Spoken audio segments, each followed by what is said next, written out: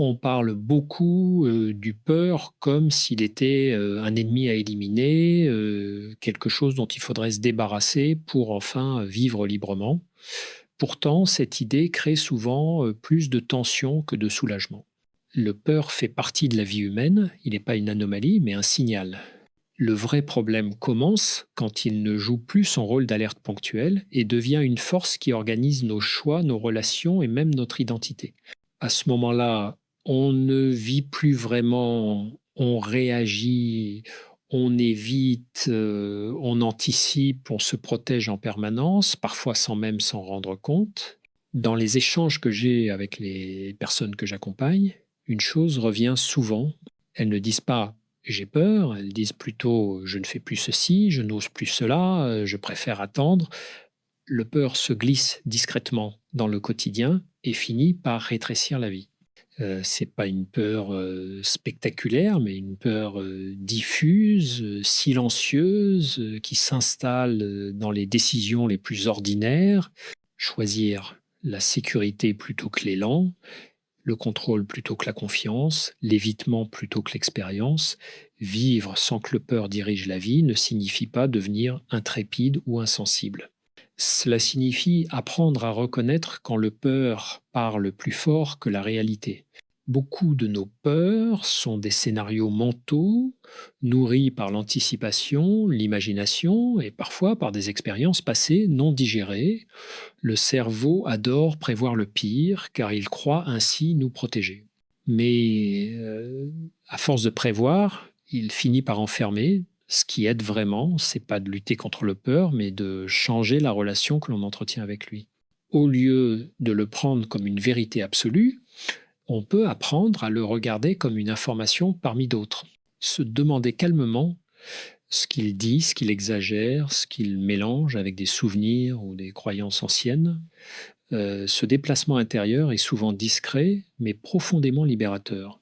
Beaucoup pensent que la paix intérieure viendra quand le peur disparaîtra. En réalité, elle apparaît quand on cesse d'obéir automatiquement aux peurs. Quand on accepte qu'il soit là, tout en choisissant de ne pas le laisser décider à notre place. C'est un travail de lucidité, de patience et parfois de courage tranquille. Un courage qui ne crie pas mais qui avance malgré les hésitations. Dans ce processus, la présence à soi joue un rôle essentiel. Revenir à ce qui se passe ici et maintenant plutôt que de vivre dans des projections permanentes. Le peur adore le futur, surtout les futurs catastrophiques. La présence, elle, ramène à l'instant réel, souvent beaucoup moins menaçant que ce que l'on imagine. C'est là que l'on commence à respirer autrement, à sentir que l'on peut être en sécurité sans être figé. Progressivement, quelque chose change. La vie ne devient pas parfaite, mais elle redevient habitable. Les choix ne sont plus dictés uniquement par l'évitement, mais par ce qui a du sens. Le peur n'a pas disparu, mais il a retrouvé sa place, une place plus petite, plus juste, qui permet d'avancer sans se trahir. Quand on observe de plus près la façon dont le peur s'installe, on se rend compte qu'il est rarement lié à ce qui est en train de se produire. Il se nourrit surtout de ce qui pourrait arriver. L'anticipation est l'un des mécanismes les plus puissants de l'anxiété. L'esprit se projette, construit des scénarios, imagine des conséquences négatives et finit par réagir comme si ces scénarios étaient déjà réels. Le corps suit, le souffle se raccourcit, la tension monte et peu à peu, l'on commence à vivre dans un futur qui n'existe pas encore. Beaucoup de personnes confondent prudence et peur. Être prudent, c'est évaluer une situation avec lucidité. Être dominé par le peur, c'est surévaluer le danger et sous-estimer sa propre capacité à faire face. Dans ces moments-là, on ne se fait plus confiance. On doute de sa solidité, de ses ressources, de sa capacité à traverser l'inconfort, et ce doute devient parfois plus paralysant que la situation elle-même. Il est important de comprendre que le cerveau n'est pas un ennemi, mais il n'est pas non plus un guide infaillible Il fonctionne par association, par souvenir, par apprentissage ancien. Une expérience difficile du passé peut colorer toute une série de situations présentes, même lorsqu'elles sont objectivement différentes. Le peur n'est alors plus une réponse adaptée, mais une mémoire émotionnelle qui s'active. Reconnaître cela permet déjà de prendre un peu de distance. Reprendre le pouvoir face aux peurs passe souvent par un retour au corps. Le mental peut s'emballer très vite, mais le corps, lui, vit toujours dans l'instant. Sentir les appuis, le contact avec le sol, le rythme de la respiration permet de sortir du tourbillon des pensées. C'est pas une technique spectaculaire, mais une pratique simple et profondément régulatrice. Elle rappelle que ici et maintenant, rien d'insupportable n'est en train de se produire, et vivre sans être dirigé par le peur demande aussi d'accepter une part d'incertitude.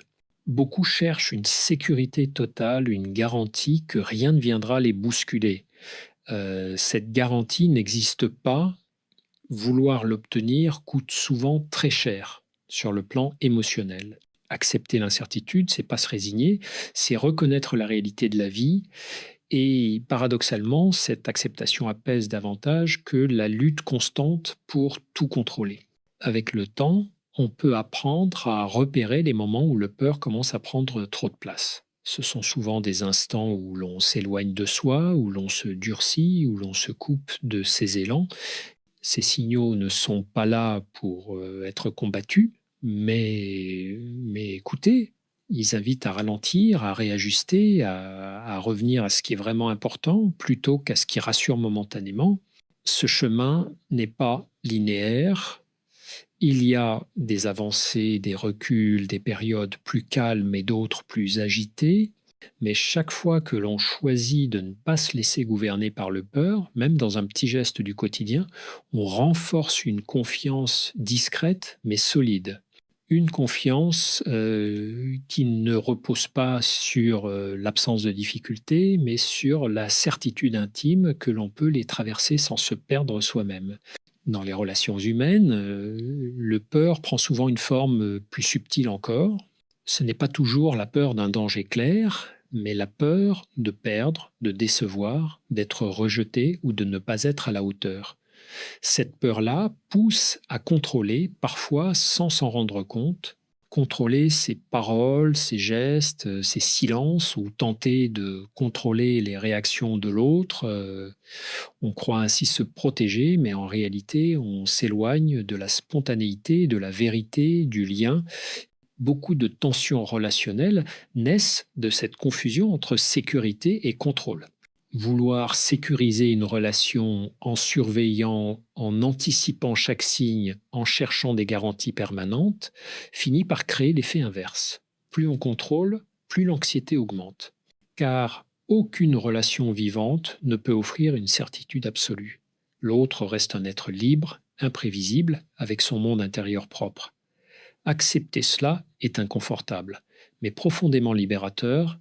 Vivre sans que le peur dirige la relation, c'est accepter de ne pas tout maîtriser, c'est choisir la confiance non pas parce que tout est sûr, mais parce que l'on préfère une relation vraie à une relation sous tension.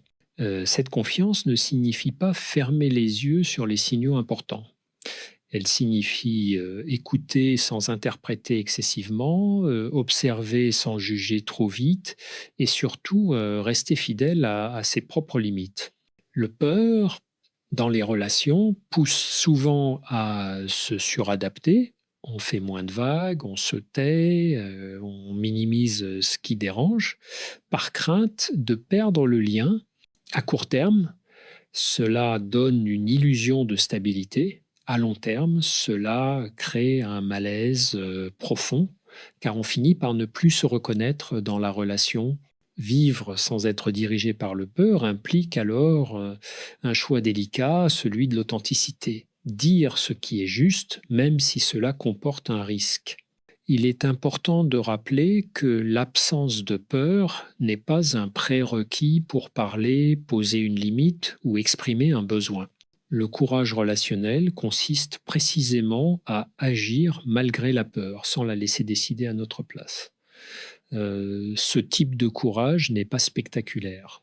Il se manifeste dans des conversations simples, dans des silences assumés, dans la capacité à rester présent sans se défendre excessivement.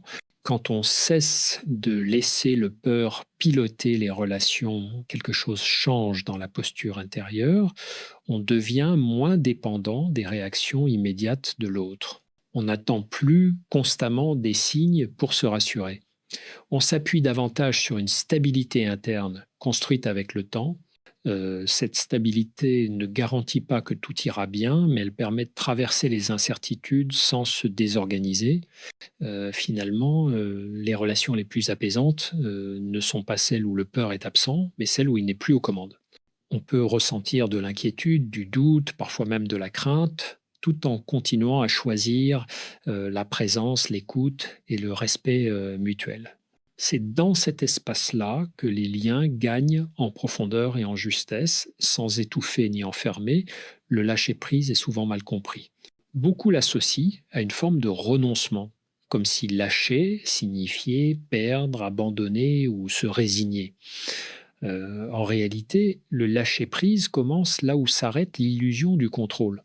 Il ne s'agit pas de ne plus rien vouloir, mais de cesser de vouloir à partir du peur. Quand le peur dirige, il rigidifie.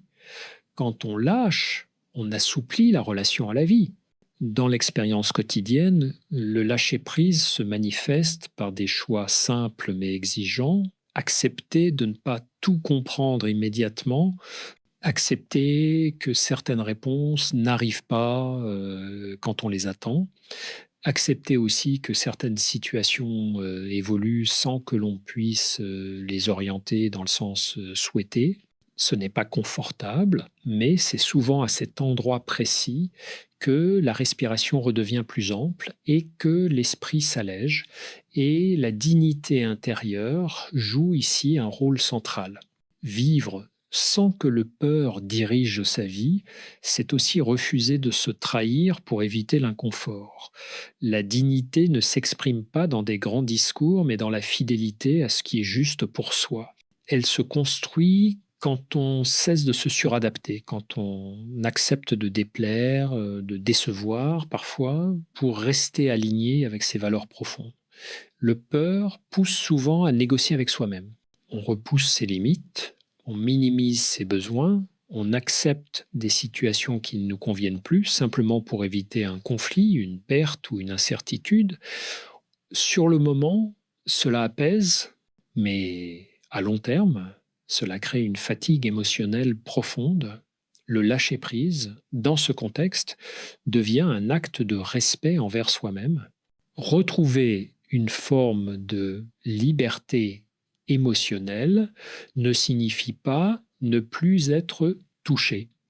Cela signifie ne plus être prisonnier, ressentir sans être submergé, penser sans être envahi, choisir sans être dicté par la peur de mal faire ou de perdre quelque chose.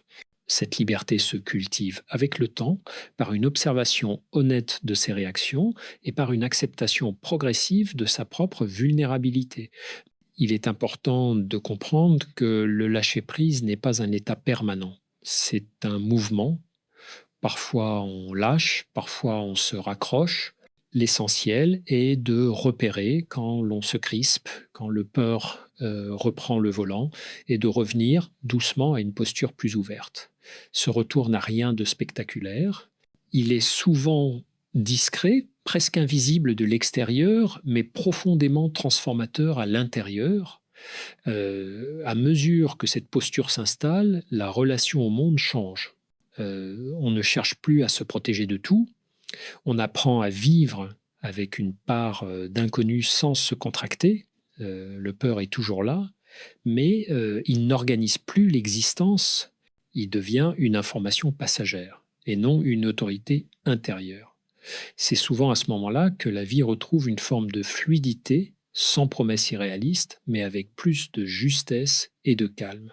La confiance est souvent perçue comme quelque chose que l'on accorde à l'extérieur, aux autres, aux circonstances. Pourtant, la confiance la plus stable est celle qui se construit à l'intérieur. Elle ne repose pas sur la certitude que tout ira bien, mais sur la conviction intime que l'on saura faire face à ce qui arrivera. Cette nuance est essentielle car elle transforme profondément la relation aux peurs. On ne cherche plus à l'éliminer, on apprend à ne plus en dépendre. L'incertitude fait partie intégrante de la vie, mais beaucoup passent leur énergie à tenter de l'annuler. Vouloir tout prévoir, tout sécuriser, tout verrouiller est souvent une réponse aux peurs, pas à la réalité. Plus on lutte contre l'incertitude, plus elle devient envahissante. Accepter qu'elle existe sans la dramatiser permet paradoxalement de se sentir plus stable. C'est une stabilité souple, capable de s'adapter, plutôt qu'une rigidité qui finit par se fissurer. La sécurité intérieure ne naît pas de l'absence de difficultés, mais de la qualité du lien que l'on entretient avec soi-même. Savoir que l'on peut se soutenir, se parler avec bienveillance, se respecter même quand les choses vacillent. Cette relation intérieure est souvent négligée alors qu'elle conditionne toutes les autres. Quand elle est solide, les événements extérieurs perdent une partie de leur pouvoir de déstabilisation. Le peur s'amplifie lorsque l'on doute de sa capacité à traverser l'inconfort. Il se calme quand on reconnaît que l'on a déjà traversé des épreuves, parfois bien plus difficiles que celles que l'on redoute aujourd'hui. Se rappeler ses ressources, ses ajustements passés, ces moments de résilience permet de rééquilibrer la perception du danger. Il ne s'agit pas de se rassurer artificiellement, mais de se reconnecter à une réalité souvent oubliée. Construire cette sécurité intérieure demande du temps et de la régularité. Ce sont des gestes simples, répétés, qui font la différence. Prendre le temps de s'écouter, respecter ses limites, ralentir quand c'est nécessaire, accepter de ne pas être parfait. Chaque fois que l'on agit ainsi, on envoie un message clair à soi-même, je peux compter sur moi. Et ce message, avec le temps, devient une base solide. Quand cette base existe, le peur change de statut. Il n'est plus une menace permanente, mais un signal ponctuel. On peut l'entendre sans lui obéir, on peut l'accueillir sans s'y perdre. Cette relation plus apaisée aux peurs ouvre un espace nouveau, celui où les choix sont guidés par le sens, par les valeurs, par le désir de vivre pleinement et non par l'évitement. C'est dans cet espace que la confiance cesse d'être une attente fragile et devient une posture intérieure, une posture qui permet d'avancer sans garantie absolue, mais avec une forme de tranquillité profonde. La vie reste imprévisible, mais elle n'est plus vécue comme une menace constante. Elle redevient un mouvement auquel on peut participer plutôt qu'un danger à surveiller. Intégrer le peur dans la vie quotidienne ne signifie pas lui faire une place centrale, mais lui reconnaître une existence sans le laisser envahir tout l'espace. Dans la réalité, le peur revient souvent dans des situations très concrètes. Prendre une décision importante, s'exposer au regard des autres, dire non, changer de direction ou accepter de ne pas savoir. Ce sont rarement des moments spectaculaires, mais ils ont un impact profond sur la manière dont on se sent vivre. Et quand le peur surgit, et la réaction automatique est souvent de vouloir s'en débarrasser rapidement. On se distrait, on rationalise, on se critique, ou au contraire, on évite la situation. Pourtant, ces stratégies entretiennent souvent le problème. Apprendre à rester présent face aux peurs sans le nourrir ni le fuir est une compétence essentielle. Cela demande de ralentir, de sentir ce qui se passe intérieurement et de reconnaître que cette sensation, aussi inconfortable soit-elle, est temporaire. Dans la vie quotidienne, cela se traduit par des choix modestes mais cohérents. Oser faire un pas malgré l'hésitation, accepter un inconfort passager plutôt qu'un soulagement immédiat suivi de regrets, Ne pas attendre de se sentir parfaitement prêt pour agir. Le peur aime les conditions idéales, mais la vie ne fonctionne pas ainsi. Avancer avec le peur plutôt qu'après lui permet de retrouver une dynamique plus vivante. Il est également important de distinguer le peur protecteur du peur limitant, le premier alerte face à un danger réel. Le second se nourrit surtout de scénarios internes et d'anciennes blessures. Faire cette distinction demande de l'écoute et de la lucidité. Avec le temps, on apprend à reconnaître les signaux du corps, la qualité des pensées, le contexte réel. Cette capacité affine le discernement et évite de se laisser piéger par des réactions automatiques. Vivre sans que le peur dirige la vie, c'est aussi accepter de ne pas plaire à tout le monde, de ne pas être compris en permanence, de faire des choix qui comportent une part de risque émotionnel. Ce risque est inévitable dès que l'on choisit de vivre de manière engagée. Le refuser conduit souvent à une existence rétrécie, protégée, mais appauvrie. L'accepter permet au contraire de retrouver une forme de vitalité et progressivement, le rapport aux peurs se transforme. Il n'est plus vécu comme une menace intérieure constante, mais comme une expérience humaine parmi d'autres. Il traverse, il passe, il laisse parfois des traces, mais il ne définit plus la personne. Cette transformation n'est pas spectaculaire, elle se construit dans la répétition de petits choix, dans la constance, dans une attention bienveillante à soi-même.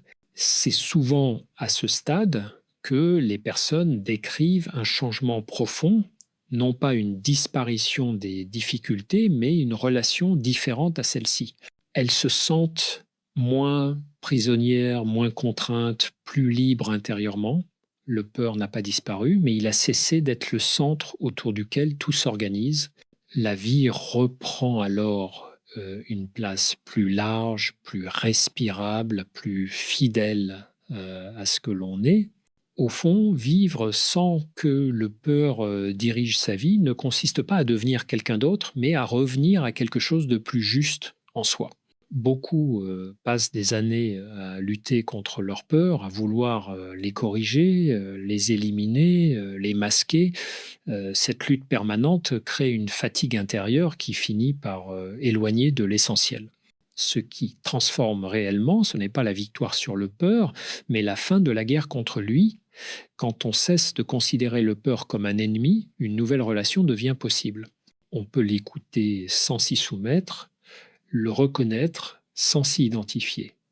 Il devient alors un indicateur, parfois maladroit, parfois excessif, mais rarement mal intentionné.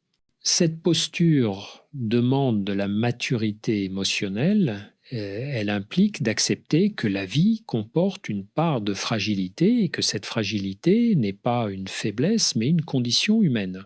Beaucoup de personnes découvrent à ce moment-là une forme de paix inattendue, non pas une paix spectaculaire ou euphorique, mais une paix stable, silencieuse, qui ne dépend plus autant des circonstances extérieures.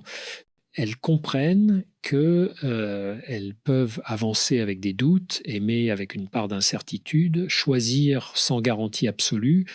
Cette compréhension change profondément la manière de vivre car elle libère de l'attente impossible d'une sécurité totale. Vivre pleinement ne signifie pas vivre sans peur, mais vivre sans se laisser réduire par elle. C'est continuer à faire de la place aux élans, aux relations, aux projets, même quand le peur murmure à l'arrière-plan. C'est accepter que certaines décisions comportent un risque émotionnel, tout en refusant que ce risque devienne une prison. Cette capacité à avancer malgré l'inconfort est souvent ce qui donne à la vie sa densité et sa profondeur. Avec le temps, une confiance tranquille s'installe. Elle ne repose pas sur des certitudes intellectuelles, mais sur une expérience répétée, celle de se relever, de s'ajuster, de continuer sans se renier. Cette confiance n'empêche ni les chutes ni les hésitations, mais elle évite que celles-ci deviennent des condamnations intérieures. On apprend alors à se traiter avec plus de douceur, sans complaisance, mais sans dureté inutile. Ce chemin ne se termine jamais vraiment. Le rapport aux peurs évolue avec les âges de la vie, les changements, les pertes et les nouveaux départs. Mais plus on avance avec cette lucidité, plus le peur perd son pouvoir d'organisation. Il cesse d'être le centre autour duquel tout gravite. Il devient un passage, parfois inconfortable, souvent instructif, mais jamais définitif, et peut être, est-ce là l'essentiel? Comprendre que la vie n'a pas besoin d'être parfaitement sécurisée pour être vécue pleinement, qu'il est possible de marcher avec une part de doute sans perdre son axe. Quand le peur n'est plus aux commandes, quelque chose se détend profondément, la respiration s'élargit, les choix se clarifient et l'existence retrouve une forme de simplicité intérieure. Non pas parce que tout est réglé, mais parce que l'on cesse enfin de se battre contre ce qui fait partie de l'expérience humaine. Avec le temps, beaucoup réalisent que le véritable apaisement ne vient pas d'une vie sans peur, mais d'une vie où le peur n'a plus besoin d'être combattu en permanence. Cette découverte change le rapport à soi. On cesse de se juger pour ses hésitations, pour ses moments de fragilité, pour ses doutes récurrents. On comprend que ces états ne sont pas des défauts à corriger, mais des passages à traverser. Cette compréhension apporte une forme de douceur intérieure qui manquait souvent jusque-là. Vivre ainsi demande une attention continue, mais non tendue. Il ne s'agit pas de surveiller chaque pensée, chaque émotion, mais de rester en lien avec ce qui se passe à l'intérieur, reconnaître quand le peur commence à prendre trop de place. Reconnaître aussi quand il est possible de continuer malgré lui. Cette vigilance tranquille permet de ne plus se laisser aspirer par les automatismes anciens. Au fil du temps, les choix deviennent plus simples. Non pas parce que les situations sont plus faciles, mais parce que l'on sait davantage ce qui est essentiel, ce qui nourrit, ce qui fatigue, ce qui apaise, ce qui enferme. Le peur peut encore être présent, mais il ne brouille plus complètement la boussole intérieure. On apprend à s'orienter autrement, en s'appuyant sur le sens plutôt que sur l'urgence de se rassurer. Cette manière de vivre transforme aussi la relation aux autres. On devient moins dépendant de l'approbation, moins inquiet face au silence, moins tenté de se suradapter pour éviter un inconfort. On se sent plus libre d'être soi, sans agressivité, sans retrait excessif. Cette liberté n'est pas une indifférence, mais une présence plus juste, plus stable, moins conditionnée par la peur de perdre ou de déplaire. Au fond, vivre sans que le peur dirige la vie, c'est accepter une forme de simplicité. Accepter que tout ne soit pas clair, que tout ne soit pas garanti, que tout ne soit pas maîtrisable. Mais aussi accepter que l'on possède en soi les ressources nécessaires pour avancer malgré cela. Cette confiance discrète change la texture même de l'existence. Elle permet de respirer plus largement, de s'engager sans se dissoudre, de reculer sans se renier. Et quand cette posture s'installe, quelque chose devient évident. La vie ne demande pas d'être vécue sans peur, mais d'être vécue avec conscience, avec attention, avec respect pour ses propres limites et ses propres élans. Quand le peur cesse de diriger, il laisse la place à une présence plus profonde. Une présence qui ne promet pas l'absence de difficulté, mais qui rend chaque pas plus habité, plus libre, plus fidèle à ce que l'on est.